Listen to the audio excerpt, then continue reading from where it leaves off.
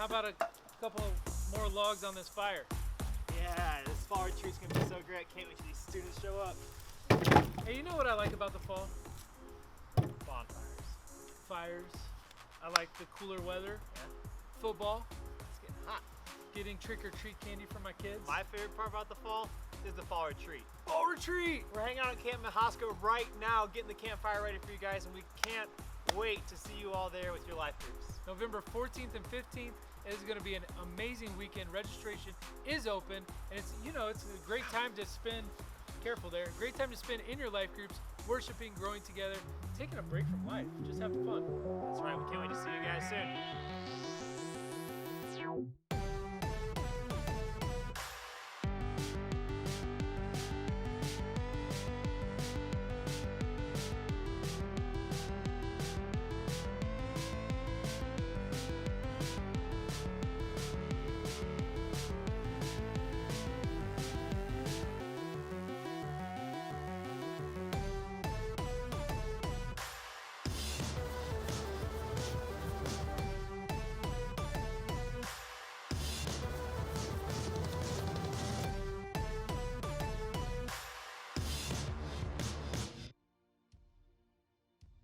Now, we've been in this series called It's Complicated, and we've been talking about this chart and how it's important to not let one side of the chart get higher than the one to its left. And so it's really dangerous to have touch in a relationship be higher than the know and the trust and rely. And the last few weeks, we've been really talking about what it looks like to know someone better. Trust is an interesting thing. If you think about it, we trust things all the time. We trust people all the time, even if we don't know all the facts. You know, some of you may know the story of my wife and I. Several years ago, we went skydiving, and we didn't really know who the pilot was. We didn't know who the skydiving instructor was. We didn't even know who packed the parachute. But yet, minutes later, we're flying out of an airplane, pulling a chute, and coasting down to Earth. It's crazy. We actually trusted the process because why? Well, there hadn't been any deaths at that place. There were no crashes with that plane. And so we trusted that the people involved in that process knew what they were doing. I'm standing on a bridge right now, and I trust that this bridge is going to hold me up.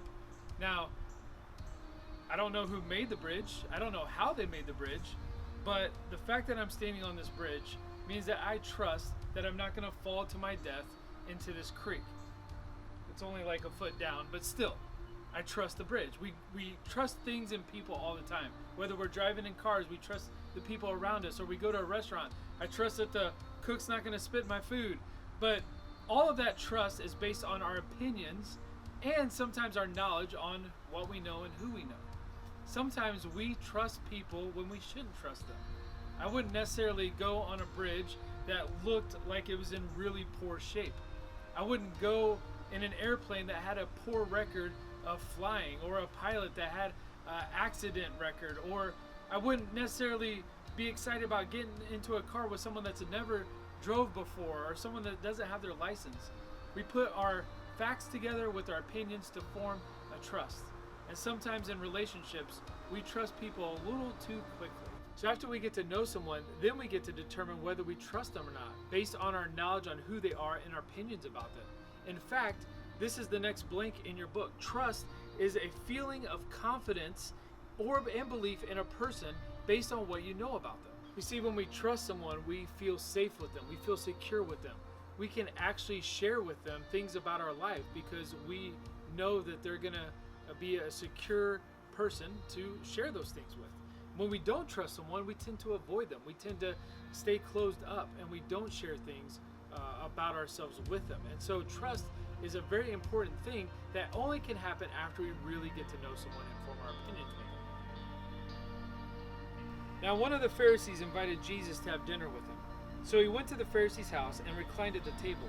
And when a woman who had lived a sinful life in the town learned that Jesus was eating at the Pharisee's house, she brought an alabaster jar of perfume. And as she stood behind him at his feet weeping, she began to wet his feet with her tears. Then she wiped them with her hair, kissed them, and poured perfume on them. When the Pharisee who had invited Jesus saw this, he said to himself, If this man were a prophet, he would know who is touching him and what kind of woman she is, and that she is a sinner. You see, the Pharisee formed an opinion on Jesus based on what he knew about the situation. And other people formed an opinion about Jesus based on what they knew about the situation. You see, the Pharisee thought Jesus wasn't being very religious, but others could see that exact same situation and say, you know what, Jesus is being compassionate. The Pharisee didn't trust Jesus, but others can look into this situation and say, I trust Jesus even more now because of his compassion on a sinner. Here's the next blank in your book. There are actually 3 mental databases that help us form our trust picture. That's associations, stereotypes, and ideals. An association is actually developed based on our experiences with someone in our past or present. This could be something like you dated a tennis player and it was a bad situation, and so now you associate all tennis players with bad relationships. A stereotype is like an association, but it's actually held in larger groups. For instance, I could see a Cubs fan walk into church, and my stereotype to the Cubs fan is that person is cool. You could see a Cubs fan walk into church and be like, that person is a loser. Those are stereotypes that we form in our mind. An ideal includes qualities that are of high personal value or importance to us. Like an ideal you may have is you want to date someone that loves Jesus.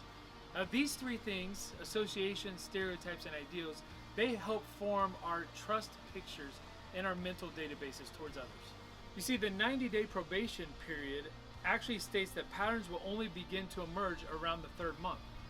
So often we actually put our trust into people way too soon, before we even get to know them. And that's why it's important to give enough time and space to get to know someone before we adequately put our trust into them. And now reliance is like the action of trust. It's how you depend on someone. It's you being able to do for them and they do for you based on each other's needs. Because of your trust, you can actually rely on that person. Here's the last blank in your book. It's that reliable partners care. And here's what CARE stands for. CARE stands for consistent. It stands for available. It stands for responsive, and it stands for engaged. And as we get to know people, the people that actually care are the people that we begin to put our trust into and we can rely on. I hope you have a great group tonight, and I hope you are able to dive into some meaningful discussion about what it means to trust someone and rely on someone. And I'm excited to see you back next Sunday night for High School Night as we wrap up its Complicated series by talking about the powerful bond between commitment and touch. Have a great night.